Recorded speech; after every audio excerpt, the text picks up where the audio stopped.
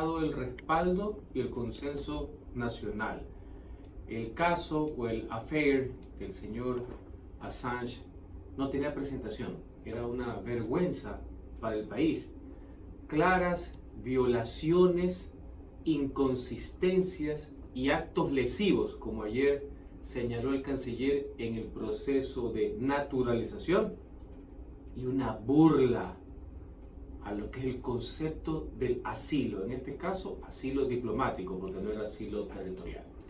Así que el Ecuador, su soberanía y el pueblo ecuatoriano no tenían por qué seguir soportando, reitero, estas reiteradas y contumaces violaciones al derecho internacional, a los protocolos que se habían expedido al respecto y que Assange los había burlado de forma continua, y por tanto esa situación intolerable e inadmisible tenía que terminar.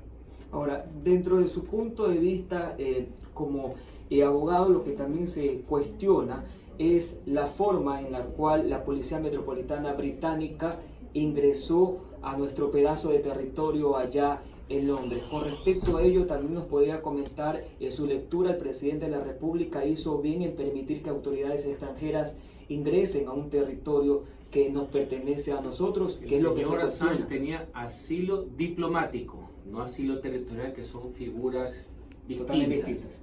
Inclusive Europa tiene conceptos muy claros de diferenciación sobre el tema territorial. Ahí se cumplió el debido proceso. Antes de dar por terminado el asilo, como fue fraudulentamente, como ha quedado comprobado, y por eso va a ir a juicio político, como siempre nosotros lo insistimos, la señora ex canciller Espinosa. Una vez que fue revocado el acto administrativo de naturalización, fue declarado lesivo, en palabras crudas, fraudulento, trucho, en pocas palabras, y sale en la prensa nacional. El señor embajador de Ecuador en Gran Bretaña ha cumplido todo el formalismo de notificación de este señor que en sus ratos libres dejaba sus heces fiscales en las paredes de la embajada. Vamos ubicándonos qué tipo de asilado tenemos. Este no es el caso pues del asilo de el ilustre político peruano Haya de la Torre cuando estuvo en la embajada de Colombia. Bueno, vamos ubicando qué tipo de qué fuste es el que teníamos asilado desde hace casi 7 años. Así que se cumplieron con todos los protocolos para que él abandone la embajada. Vean el relato que hace el embajador ecuatoriano. Así que pese a la posición que tuvo el señor, obviamente tenía que abandonar la embajada. Ya el show de los cuales esta gente está acostumbrada, ese es un tema aparte, pero que se ha cumplido con el procedimiento legal interno de revocar la naturalización. Tanto que tiene derecho que puede apelarla, ¿no? Puede apelar ante el Tribunal Contencioso Administrativo. Imagino que el abogado que tiene, el señor Poveda, es lo que va a hacer ahora. Y tanto con respecto al derecho internacional se ha cumplido con todas las etapas. Ahora, en base también a un contexto, justamente ayer daban a conocer que la Convención de Viena de 1961, hablando sobre las relaciones diplomáticas específicamente, pues no, la intervención de las fuerzas de seguridad del país anfitrión, que en este caso pues es el que ya mencionamos, es posible con el consentimiento del jefe de la misión. En este caso el jefe de la misión vendría a ser el propio canciller de Relaciones Exteriores. El señor también embajador, hay un procedimiento, recordemos que el señor, y ya ayer salió, tiene una pena de 12 meses por haber violado el arresto domiciliario que tuvo en el año 2012 en Gran Bretaña, sin perjuicio de otra falta. Así que insisto, esa es la parte formal, creo que se ha hecho bien. Lo de fondo, que es lo que le interesa al pueblo ecuatoriano, es que era intolerable seguir manteniendo a una persona que no solamente burló los conceptos de asilo, que es dable en el derecho internacional, que parece bien por razones humanitarias, por lo que fuera, viene el sentido de la oportunidad, que también se denomina un acto político por excelencia, sino que, como bien señaló el canciller ayer, en una explicación muy sistematizada de lo que ya se venía recogiendo, el señor y la organización que él representa, cual tiene vínculos, permanentemente han presionado al gobierno ecuatoriano, por no decir otra palabra, que es el chantaje, que es la palabra más real. Tenía permanentes actitudes hostiles contra el gobierno ecuatoriano.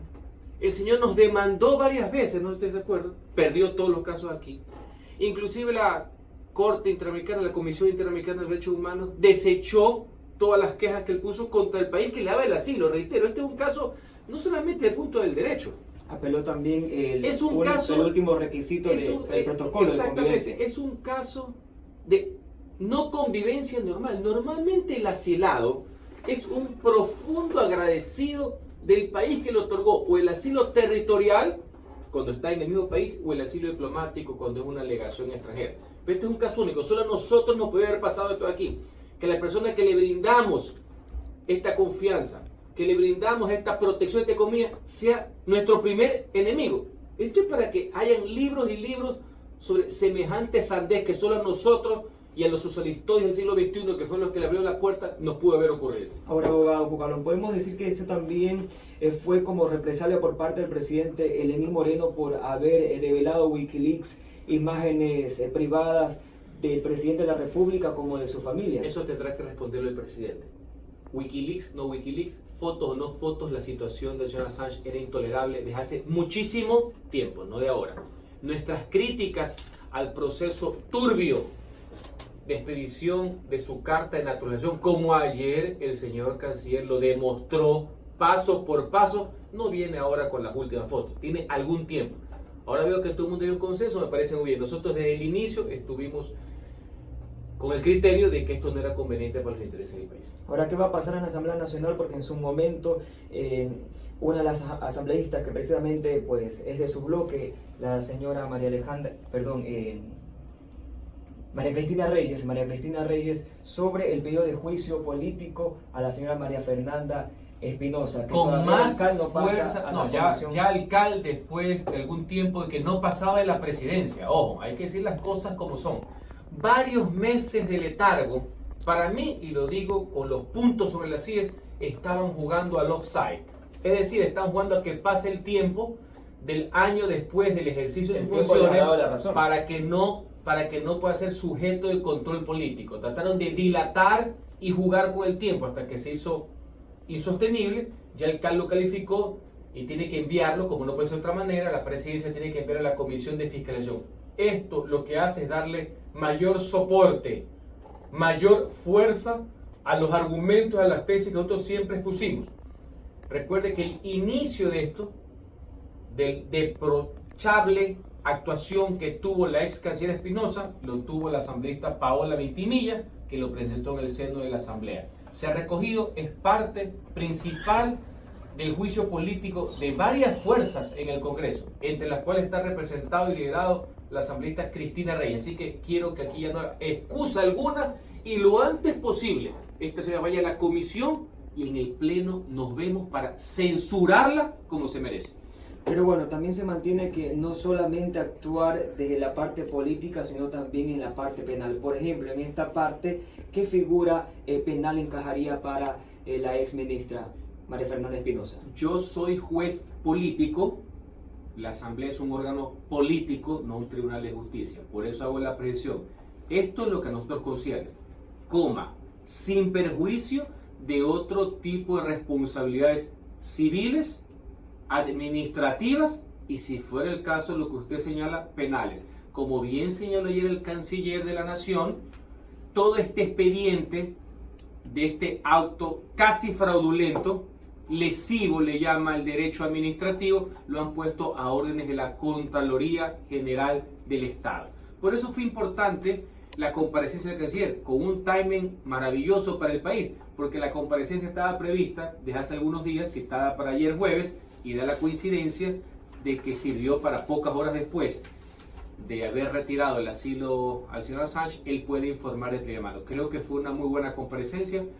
En democracia uno puede tener críticas, uno puede tener divergencias, coincidencias también con un gobierno de turno, pero sin duda alguna, ahora sí tenemos un canciller, un hombre preparado, de carrera, conoce de la materia, no es un agitador cualquiera, no es ningún cachiporrero, así que creo que ayer pudo con solvencia explicar cuál es la situación en los antecedentes. Y habría quizás también algún tipo de fracción, porque recordemos ayer pues en la lectura el ministro de Relaciones Exteriores estaba en la Asamblea Nacional, prácticamente cuestionó pues también la manera de naturalización de Julian Assange y que se le estaba pues en su momento se fue apoyada por el presidente de la República, Lenín Moreno. Sí, en un lenguaje que nunca entendí, dijo que era de la ministra, etcétera, cuando todos sabemos que el jefe de la política exterior es el jefe de Estado.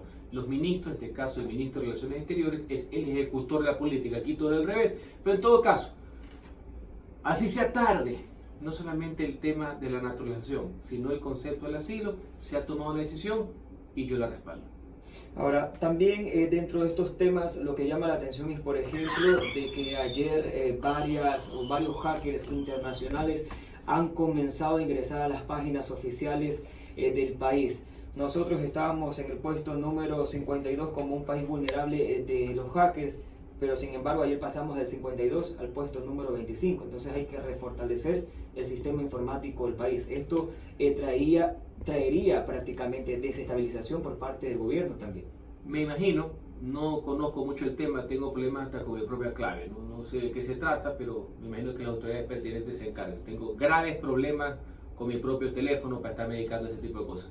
Y con respecto a la comisión multipartidista que iba a investigar a la presidenta, y cambiando ya un poco de tema, que iba a investigar a la presidenta del Legislativo, la señora Elizabeth Cabezas, por haber impedido que se investigue pues un caso de presunta corrupción del presidente Lenín Moreno. También cuál es su respuesta con respecto Tomo su mismo término, comisión que iba a investigar, porque parece que iba, porque nunca investigó, ¿no? Tengo entendido que hoy en la mañana se van a reunir a aprobar un informe, no sé de qué, si nunca investigaron nada. Estoy yendo a lo de la forma, no quiero llegar todavía a lo de fondo, que es lo sustancial. Y me llama la atención que la Asamblea Nacional, el Pleno, apruebe la conformación de una comisión multipartidista. Hay un consenso para que investigue. De la investigación pueden estar de acuerdo, pueden recomendar que no hay ninguna infracción política, que no se ha cometido nada, que no hay méritos para que se destituya de su condición de asambleísta, porque esa es la acusación, o al revés, que hay méritos, pero tengo entendido que no han investigado absolutamente nada. En un caso, otra vez más, bastante original, no han llamado a las partes, no llamó a la persona que presentó la denuncia, que es una asambleísta, no han llamado a la persona para que se defienda.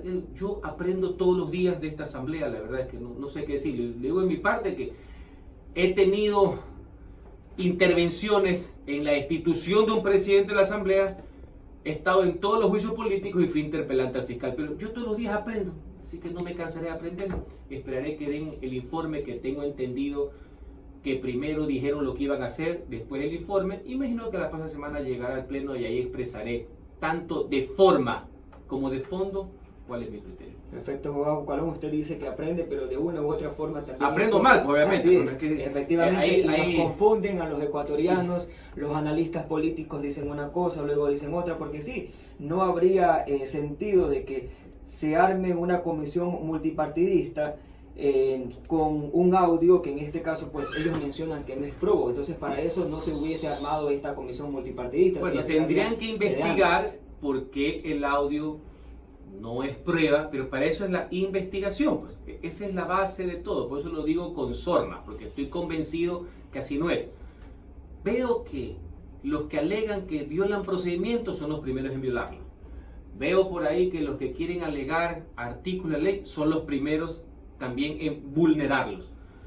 En el procedimiento de destitución de un asambleísta, en esa ley de la función activa que es sumamente confuso, hay una que está bastante clara, que antes de emitir el informe tienen que recibir la declaración de la persona que está siendo investigada. Aquí ni se investigó ni se recibió la versión de la señora que actualmente es presidente de la asamblea, pero que la están investigando como asambleísta. Yo creo que el país necesitaba escuchar la versión, no por tweet, no por rueda de prensa, sino la versión hasta para que se esclarezca. Y si dicen que el audio no sirve, más allá que sí sirvió la otra vez con el caso del señor Serrano, bueno, que el país sepa qué es lo que pasó y que gane en buena lid. Si tiene la razón, que no les merezco porque tiene todo y el perfecto derecho a defenderse, a dar su criterio, a poner su verdad, por supuesto. Eso es absolutamente respetable, pero tienen que ganar en buena lid. Esto va a crear un pésimo precedente de lo que se refiere al trabajo de las comisiones multipartidistas. Y es lo que usted mismo menciona, porque es lo que confunde. ¿Por qué sí funcionó en ese momento con el presidente José Serrano y por qué no funciona en la actualidad con la presidenta Elizabeth Cabezas? Eso dicen algunos. Yo sé cómo se tiene que proceder, yo sé cuál es el procedimiento cuando se investiga a un asambleísta para institución, cuál es el procedimiento para la institución de autoridad que está en otro artículo, en otro capítulo de la ley, pero debe comprender que aquí hay ciertas personas. En este caso, entonces, ¿cómo se procedería con la presidenta de la Asamblea Nacional? Allá ellos en la comisión, yo me informaré y explicaré en el pleno, pero hay personas que por aquí no leen ni el periódico, que tú comprenderás, se le hace muy difícil ver la ley orgánica de la función legislativa, pero en todo caso nosotros tenemos los conceptos claros. Y a lo que nosotros corresponde, a nosotros, a los social cristianos, María Guerrero, y a los diputados que estuvimos presentes en esa malhadada sesión del 7 de marzo, nuestra posición es clara, precisa y concreta. Nosotros ni de buenas ni de malas maneras, nosotros hacemos lo que tenemos que hacer, cumplimos con el país, votamos por una resolución de investigación, lo cual no tiene nada de malo porque investigar no es condenar, investigar no es sentenciar. El país, el Ejecutivo, todo es saludable que haya transparencia. Es más, yo creo que el primer interesado en eso es el mismo Ejecutivo, el mismo Gobierno Nacional. Tanto es así, estimados oyentes, que 2 semanas después de este pésimo manejo parlamentario, por decirlo menos y sacando la barata, por unanimidad conformamos la comisión de que vaya a fiscalización y ahorita se está investigando para que vea cómo es el tema, cómo de un mal manejo se crea una situación y toda esa derivación. Y como dicen los ecuatorianos, si bien es cierto, no a todos hay que meterlos en la misma bolsa, hay asambleístas que trabajan, hay asambleístas que no trabajan, hay quienes asisten y quienes no asisten. Y bueno, y eso es lo que está pidiendo la ciudadanía, porque la Asamblea Nacional pasa de show en show y tienen en show. Toda la razón del mundo. El pueblo, los ciudadanos tienen toda la razón del mundo de exigir que sus representantes cumplan, que honren, que sean disciplinados, que sustenten sus tesis, si es que las tienen, que defiendan sus propuestas, si es que las tienen, que vayan ahí, que vayan a la curul, que es el espacio que les otorgó el pueblo para poder defender sus ideas, para poder hacerlas públicas, que vayan todos los días, que vayan a las comisiones, que aporten, que presenten proyectos de ley, que justifiquen su presencia, más allá del tema ideológico. Pero creo que a estas alturas el pueblo de la ciudad tiene claro quiénes son los que sí cumplimos, más allá que podemos errar, por supuesto, no somos infalibles, y quiénes son los que están de adorno. Perfecto, y en este caso pues se dediquen más que todo pues a trabajar y no solamente a estas cortinas y cortinas que no termina ni un problema, comienza otro, luego se está desarrollando. Pero que tampoco hay que evadirlo, ¿no? Nuestra labor es de legislación, de representación permanente y también de control político. Yo no rehuyo a nada, pero como usted muy bien dice, de shows nada, ese estilo no va con nosotros los cristianos, María Guerrero. Nosotros, el pueblo sabe que nosotros sí cumplimos, sí trabajamos y lo hacemos de forma permanente. Ahora, pasando un poco de la parte política a la situación económica en cuanto al préstamo que el Fondo Monetario Internacional otorgó al Ecuador de los $4.200. Esto también pues ha generado reacciones en los sectores de los trabajadores que inclusive han convocado a una marcha nacional y una huelga para este 1 de mayo, que se celebra el Día Internacional de los Trabajadores. Con respecto a ello, ¿qué se está haciendo en la Asamblea Nacional para refortalecer y para hacer respetar los derechos de los trabajadores y que no se vea pues perjudicado? Ya hoy en día pues más de 11.000 servidores públicos han sido despedidos y se prevé 30.000 empleados públicos. Vamos por partes. Así es. No he leído, corrígeme usted, si en el acuerdo con el Fondo Monetario dicen que hay que votar gente. Lo conozco. No Parte de las recetas de los condicionamientos es la reducción del personal, que es lo que eso dice los acuerdos. No sabía. Pero en todo caso, en el tema de los trabajos nosotros tenemos una posición bastante clara, firme. Nosotros siempre hemos defendido los intereses de los trabajadores, pero no de boca, de hecho. Nosotros fuimos los primeros que peleamos para que se les devuelvan su derecho legítimo a recibir utilidades que fueron arrebatadas y vulneradas en el régimen pasado cuando nos tacharon de privilegiados. Asimismo, creemos en la reactivación económica, por supuesto, y para eso tenemos que ir a formas que, respetando los derechos laborales, propendan a la reactivación del empleo y la generación de riqueza. Nunca lo haremos bajo ningún concepto que sea debilitando, quitando o restringiendo derechos laborales. Punto 1. Punto 2. Que el sector público ecuatoriano está obeso, eso no lo puede pues ni esconder ni los que lo promovieron. Y no es justo tampoco que la gran masa de ciudadanos, el pueblo ecuatoriano, tenga que pagar los platos rotos de un modelo ineficiente e indolente. ¿Ya? El Estado está para servir a los ciudadanos, no para servirse de los ciudadanos. Que tiene que haber, y esto no tiene nada que ver con despidos, que tiene que haber una reestructuración del sector público para que sea eficiente. Y yo le pongo un ejemplo, porque nosotros hablamos con propiedad. ¿Alguien me puede explicar cómo el municipio de Guayaquil tiene hoy, al 2019, la misma cantidad de empleados que tenía en 1992? Con una ciudad que creció, con una ciudad que tiene más demandas, que tiene más competencias, más atribuciones y más servicios. Eso es más eficiencia, ese es el modelo. ¿Me explico, no? Servir a los ciudadanos, no servirse de ellos. Que tiene que haber entidades que tienen que ser reestructuradas. Y no estoy hablando de los trabajadores, no estoy hablando de la gente de carrera, la gente que pone su sudor ahí, sino de los inspectores de atmósfera. O sea, pongámosle los nombres, pues los Freddy Eller, pues. O usted cree que nosotros tenemos que pagarle a los Freddy Ellers que todavía están rondando por ahí los salarios de tanto inspector de atmósfera que se creó los socialistas del siglo XXI. ¿Usted cree que tenemos que pagarle eso a ellos?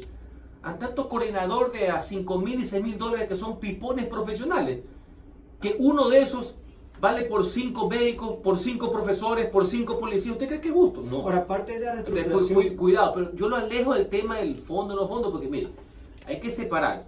El tema del fondo no pasa por el Congreso porque no es un tratado, es un acuerdo. Que tiene mejores condiciones para poder recibir créditos a mejores tasas, eso es bueno, eso va a fomentar la inversión, el incentivo privado, me parece bien. ¿Cómo puedo yo criticar eso si antes venían los préstamos de China, que eran prácticamente usureros? Si me dicen que como contraparte de eso de ahí, que no lo leo en el acuerdo, si me dicen que como contraparte, le voy a poner un ejemplo, hay que elevar los impuestos, ¿cuál es mi posición? No, no de ahora, de siempre. Con nosotros no cuenten para eso, nosotros no en momentos de crisis. ¿Que lo termina pagando quién? Porque lo chorrean la clase media y los pobres del país. Si me dicen que como contraparte de ese acuerdo es perjudicar a la clase trabajadora, negativo, señores. Hay que ver cómo es el tema de la implementación, por eso hay que estar bastante pilas, con los ojos abiertos a lo largo de este año. Pero separando eso, que usted me dice que el Estado tiene que tener una reestructuración, yo no tengo pues la menor duda de aquello. Siempre respetando derechos laborales, derechos adquiridos de personas que están con carrera, que tienen contratos colectivos de por medio, respetando la ley, señor. Pero yo separo eso de lo que han sido pues los pipones, los vagos y los que sí incrementaron el estado de eso. Ese es otro mundo, que inclusive la misma gente que trabaja en el sector público son los que se critican, porque a esos puestos inventados, de esos ministerios inventados y de toda esa parafernalia que creó el socialismo del siglo XXI, fue en desmedro de ¿quién? De los verdaderos trabajadores, pues, de la gente que sí la ha sudado a favor de su país. Así que vamos separando un poquito también los temas, porque no puede ser también de que, reitero, el ciudadano de a pie, el que paga sus impuestos, el que se esfuerza, termine pagando por los pipones, por los vagos y por los inspectores de atmósfera. Pero, abogado Bocalón, lamentablemente esa reestructuración, al parecer, dentro de las instituciones públicas van a ser muy negativas. Porque... Estoy hablando en términos conceptuales, mi estimado amigo. No conozco el término puntual, soy específico. Si mañana van a una institución, no pueden hacer nada si es que no respetan los derechos laborales. Estoy hablando en lo conceptual. Y cuando usted me ponga el tema particular, yo le respondo particularmente. Y con todas estas personas ahora también se va a generar pues un tipo de problema, porque serán personas que tendrán que acudir al sector privado. Reitero lo conceptual. Si las personas que tienen derechos laborales que yo tengo que defender, sin ninguna duda, se les vulnera, tenemos que reclamar. No lo pueden hacer, más allá que por eso hay indemnización, etc. Ese es un punto. Yo estoy hablando de lo adicional, de este estado de ficción que se creó. No tratemos de confundir, porque ya aquí vienen los temas que uno está en contra de los trabajadores. No. Negativo en absoluto. Es obvio que el sistema privado tiene que reactivarse para poder incorporar no solamente la gente que ya no va a estar en el sector público, pero no los de carrera, no los que sirven, no los profesores, no los médicos, no los policías, no los jueces, tengamos claro, sino toda esa masa de jóvenes que están saliendo de los colegios, de las universidades, que necesitan trabajar, que necesitan producir. No solamente hay que preocuparse, muy bien, de los que no pierden su trabajo, sino de los que tenemos que crear trabajo. Y el llamado a crear trabajo, y ese es el fracaso del socialismo a lo largo de todo este siglo que ha pasado, es la iniciativa privada. La iniciativa privada, la pequeña, la mediana y la grande, el sector privado es el dínamo de la economía.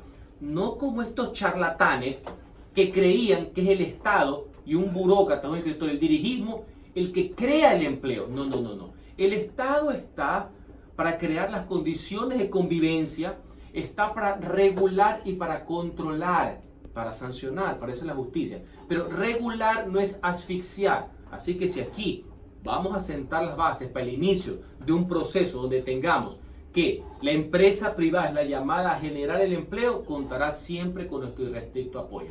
Perfecto, muchísimas gracias. Hemos tenido las declaraciones del abogado Henry Cucalón, asambleísta del Partido Social Cristiano Madera de Guerrero. Muchísimas gracias por su estadía aquí en los micrófonos. A ustedes, como siempre, muchas gracias. Un abrazo para todos. Nos vamos a una pausa comercial y volvemos con nuestra segunda entrevista de hoy viernes 12 de abril.